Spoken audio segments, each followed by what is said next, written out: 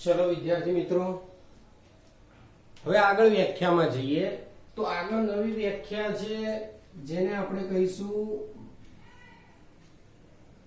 બંધ કોણ. બંધ કોણ એટલે શું કે દાખલા તરીકે H2O માં બંધ કોણ લેવો હોય તો ઓક્સિજન એના 4% એમને અહીંયા હાઇડ્રોજન સાથે એક બંધ બનાવે, આ બાજુ પણ હાઇડ્રોજન સાથે એક બંધ બનાવે અને અહીંયા જે ખૂણો બને એ ખૂણાનું માપ 104.5 અંશ આ એનો બંધ કોણ થઈ જાય. તો વિચાર કરો કે બંધ કોણ તમારે એટલે શું? કોણ મીન્સ ખૂણો. કોની વચ્ચેનો ખૂણો? આ લીટી અને આ લીટી. આને શું કહેવાય? બે નામ શીખવાડ્યા હતા. એમને એમ ટપકા બહાર પડ્યા રહ્યા હોય તો અબંધકારક કહેવાય, પણ લીટી વાળા કેવા કહેવાય? બંધકારક. તો બંધ કોણની વ્યાખ્યા એ રીતે જ આપીશું, અણુ કે સંકીર્ણ આયનમાં. હવે સંકીર્ણ આયન એટલે બહુ ચિંતા નહીં કરવાની, આયન જ કરવાનો. અથવા ચલો સંકીર્ણ શબ્દ ના ગમતો હોય તો કાઢી નાખીએ. અણુ કે આયનમાં બંધમાં ભાગ લેતા ઇલેક્ટ્રોન ની બંધકારક કક્ષકો વચ્ચે રચાતો ખૂણો એને બંધ કોણ કહેવાય. એટલે અણુ કે આયનમાં જે ઇલેક્ટ્રોન બંધમાં ભાગ લે છે એ બંધમાં ઇલેક્ટ્રોનની ખરેખર કક્ષકો ભાગ લેતી હોય એ ખૂણાને કહેવાય બંધ કોણ. તો હવે જો બંધ કોણ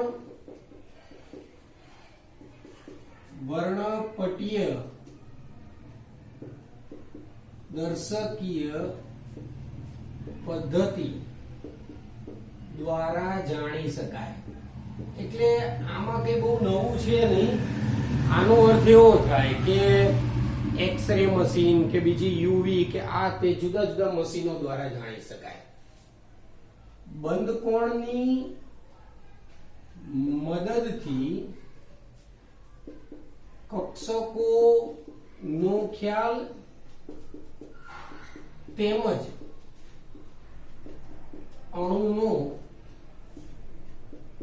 આકાર જાણી શકાય. જેમ કે H2O માં બંધ કોણ 104.5 અને એનો આકાર જાણવો હોય તો આકાર આવશે કોણીય. કોણીય એટલે ખૂણાવાળો. એ જ રીતે બીજું ઉદાહરણ લઈએ, ઉદાહરણ નંબર 2. એમાં n જોડે આ રીતે h ને 2% બાકી. તો આમાં આમ h એટલે પંખાના 3 પાંખિયા હોય ને એ રીતે હોય, આ રીતે હોય. અહીંયા જો આ n હોય ને એની આસપાસ 3 આમ પાંખિયા હોય. એટલે દાખલા તરીકે ઉદાહરણથી તમને સમજાવીએ તો જો અહીંયા વચ્ચોચ ઉપર n માની લેવાનો અને આ રીતે 3 1 2 3 આ રીતે 3 h ગોઠવાયેલા. આમ સળંગ h દેખાય પણ એ રીતે ગોઠવાયેલા ના હોય. એમાં ખૂણો કયો આવશે? તો ખૂણો આવશે 107. આનો આકાર શું આવશે? તો આનો આકાર આવશે ત્રિકોણીય પિરામિડલ. તો આ રીતે બંધ કોણની મદદથી આકાર જાણી શકાય. તો આ બીજી એક સમજૂતી થઈ. ટોટલ 3 પૂરી થઈ. એક બંધ ક્રમાંક છે. તો બંધ ક્રમાંક તો કોને કહેવાય?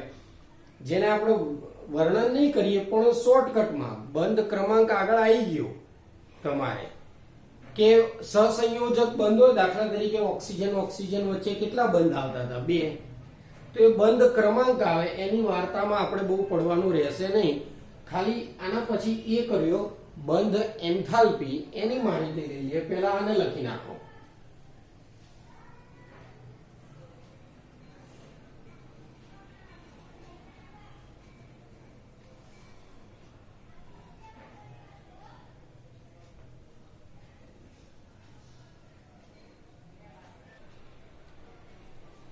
चलो બીજી એક સંકલ્પના, બીજી એક સમજૂતી લઈ લઈએ. બંધ એન્થાલ્પી એટલે શું? બંધ એન્થાલ્પી એટલે એક પ્રકારની બંધ તોડવા માટેની ઉર્જા. બંધ ક્યારે તોડાય? બંધ બન્યો હોય તો તોડાય. તો એવું જ કંઈક વિચારીએ કે 2 પરમાણુઓ વચ્ચે 1 મોલ બંધને વાયુ અવસ્થામાં તોડવા જરૂરી ઉર્જાને બંધ એન્થાલ્પી કહે છે. બીજો મુદ્દો લઈએ. આ નાની એમથી વ્યાખ્યા થઈ. ઉદાહરણ, હાઇડ્રોજન અણુ H2 માં 1 મોલ HH વચ્ચેનો બંધ વાયુ અવસ્થામાં તોડવા 435.8 કિલોજૂલ ઉર્જા જરૂરી બને. માટે H2G એટલે વાયુ સ્વરૂપની બંધ એન્થાલ્પી કિલોજૂલ પ્રતિ મોલ થાય. તો આ થઈ H2 ની. હવે આમાં થોડું એક્સ્ટ્રા છે, સહેલું જ છે. H2O માં OH આ રીતે હોય. આ તમારે દોરવાનું નહીં, ખાલી સમજણ માટે. 2 OH બંધ આવે. હવે જો H2O ને તમે ઉર્જા આપો તો પહેલા શું થશે? એક H છૂટો પડશે અને બીજો બંધ કયો રહેશે? OH રહી જશે. આ વખતે ડેલ્ટા H નો અર્થ થાય એન્થાલ્પી. પછીના ચેપ્ટરમાં આવી જશે બધું. આની થશે ઉર્જા 502 કિલોજૂલ. એક H છૂટો પડી ગયો. હવે બીજું OH લઈએ અને એમાં ઉર્જા આપીએ અને O અને H છૂટા પાડી દઈએ તો એની ઉર્જા માની લો કે 400 ને કંઈક 27 કિલોજૂલ જેટલી થઈ. તો H2O માં બંધન ઉર્જા કઈ ગણવી? 502 કે 427? આવા સંજોગોમાં H2O ની બંધ એન્થાલ્પી સરેરાશ લેવામાં આવે. એટલે સરેરાશ એટલે 502 વત્તા બીજી કઈ 427 ભાગ્યા 2, જે જવાબ આવે એટલા કિલોજૂલ પ્રતિ મોલ. તો આ રીતે બંધ એન્થાલ્પી આવે કે બંધન એન્થાલ્પી આવે. તો આવા ત્રણેક મુદ્દા, બંધ કોણ, બંધ એન્થાલ્પી, બંધ લંબાઈ, કદાચ ભાગ્ય પૂછાય. હવે નેક્સ્ટ ની અંદર બંધ ક્રમાંક છે, પણ બંધ ક્રમાંકને આપણે બહુ કંઈ જાણવાની જરૂર છે નહીં, એટલે એની કોઈ ચિંતા નહીં. હવે તમારે પેલું એલપી અને બીપી જે શીખવાડ્યું હતું એ થોડું યાદ કરી લેવાનું. તો તમને આગળની વાર્તા આવડશે તો ઘણા બધા ટોપિકો આમાં આવરી લેવામાં આવે છે. જેટલું જરૂરી છે એટલું ખાસ તમને કહેવામાં આવે છે એ તમારે આઈએમપી તૈયાર કરી દેવું.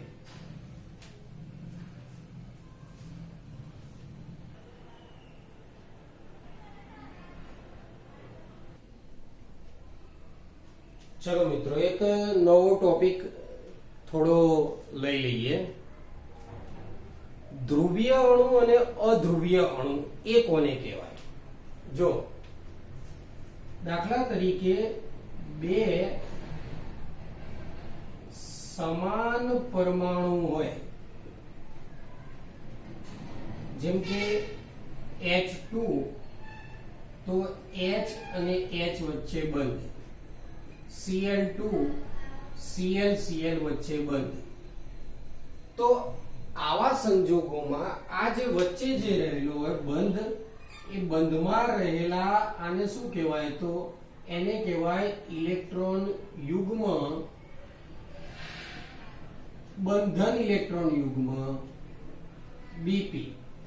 બંધમાં રહેલું એ ના આ બાજુ હશે ના આ બાજુ, બંને પરમાણુ આનું કેન્દ્ર અને આનું કેન્દ્ર બંનેથી વચ્ચે સમાન અંતરે રહેલું હશે, કેમ કે બંને કેવા છે? સરખા છે. એ જ રીતે Cl વચ્ચેનો જે બંધ છે એ બંધમાં રહેલું ઇલેક્ટ્રોન યુગ્મ, બંધકારક ઇલેક્ટ્રોન યુગ્મ એ બંને Cl થી વચ્ચોવચ્ચ રહેલું હોય. કેમ? કેમ કે બે બાજુ Cl સમાન. આવા જેવા અણુઓ હોય, આવા અણુઓને અધ્રુવીય અણુ કહેવાય. અને આવા જે બંધ છે, આ જે બંધ છે એ બંધને પણ અધ્રુવીય બંધ કહેવાય. કદાચ એની આવું પણ પૂછે, દ્વિધ્રુવ ચાક માત્રા, તો દ્વિધ્રુવ ચાક માત્રા થઈ જાય એની શૂન્ય, કેમ કે જે ધ્રુવીય હોય ને એની જ ચાક માત્રા હોય, આ તો અધ્રુવીય થાય. બીજી વાત લઈએ કે દાખલા તરીકે હવે H અને F વચ્ચે બંધ, તો H અને F એમાં આને શું કહેવાય? તો H અને F નું આ બંધન ઇલેક્ટ્રોન યુગ્મ F ની વિદ્યુત ઋણતા વધુ હોવાથી તેના તરફ ખેંચાયેલું લે. એટલે આ ઇલેક્ટ્રોન યુગ્મ જાણે એમ અહીંયા H, માની લો કે આટલો આ બાજુ H છે અને આ બાજુ F છે, તો આ બે ઇલેક્ટ્રોનના ટપકા F બાજુ રહે, H તો ખાસો દૂર થઈ જાય.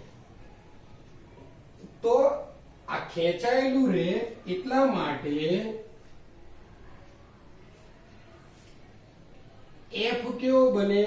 એ આંશિક ઋણ વીજભારિત, ઋણભારિત એટલે માઇનસ ડેલ્ટા. અને જ્યારે H કેવો બને? આંશિક ધન ભારિત પ્લસ ડેલ્ટા. આ રીતે બને. તો આવા જે અણુઓ છે, આવા અણુઓ ધ્રુવીય હોય અને બંધને ધ્રુવીય બંધ કહે છે.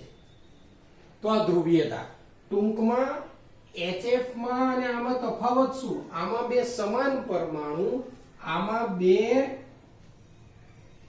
વિષમ કેન્દ્રી પરમાણુ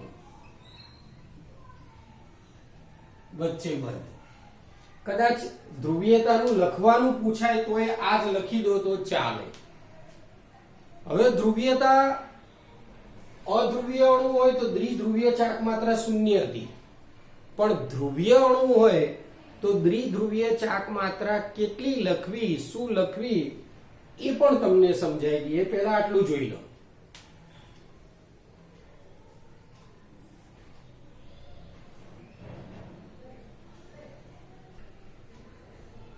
ચલો, ધ્રુવીયતા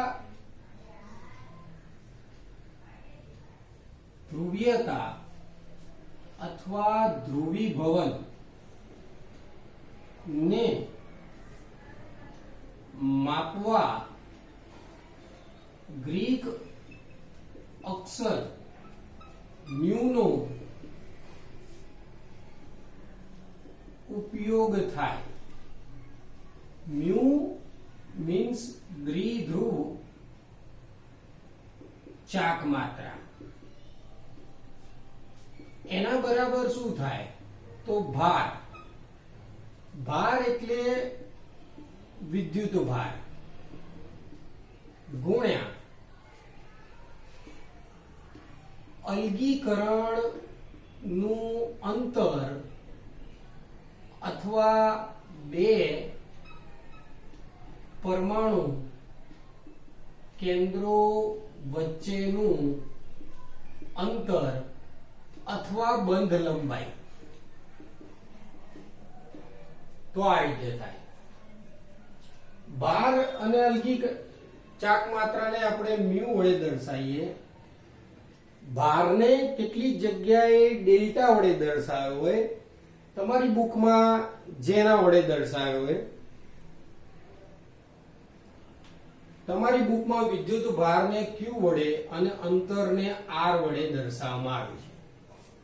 કેટલીક વખત ક્યુ ના બદલે આમ ડેલ્ટા હશે અને અંતરના બદલે એલ પણ હશે. તો આ દ્વિધ્રુવીય ચાક માત્રા માપવાનું સૂત્ર થાય. દ્વિધ્રુવીય ચાક માત્રાનો એકમ, ચાક માત્રાનો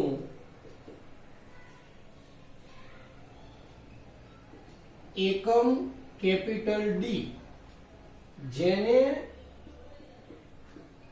ડી બાય એવી રીતે ઓળખવામાં આવે છે. ચાક માત્રા 1D બરાબર કેટલા થાય એ પણ તમને કહી દઈએ.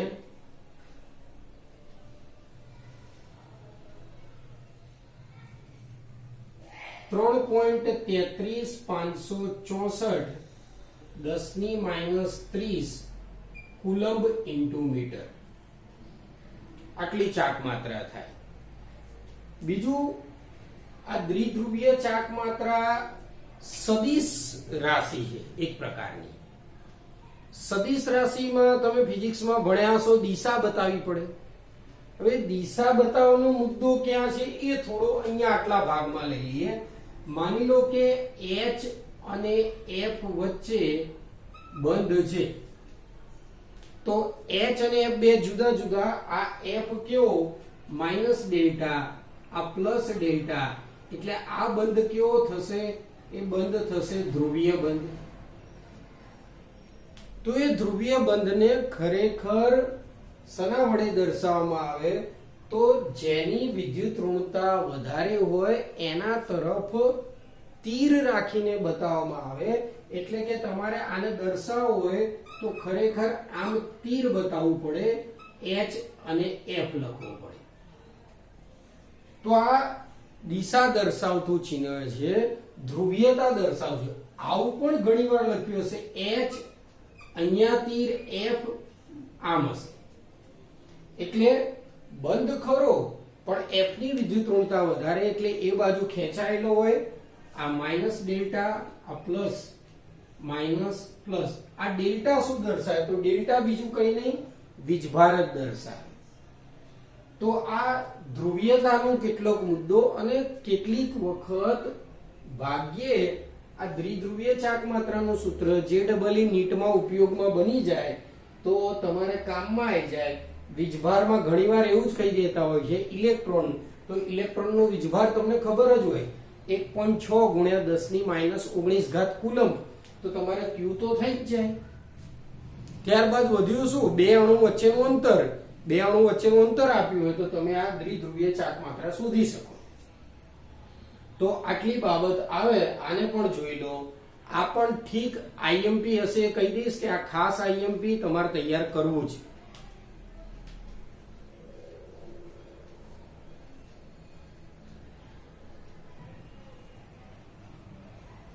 ચલો મિત્રો, કેટલાક અણુઓ એવા પણ લઈએ કે દ્વિધ્રુવીય ચાક માત્રા 0 હોય, 0 હોય. એટલે કે દ્વિધ્રુવ ચાક માત્રા 0. એમાં પહેલો AB પ્રકાર લઈએ. AB એટલે બે જ પરમાણુ હોય એવા. તો એવા કયા? તો મોટે ભાગે Cl2 H2 N2 222 વાળા, કેમ કે બંને સરખા જ હોય.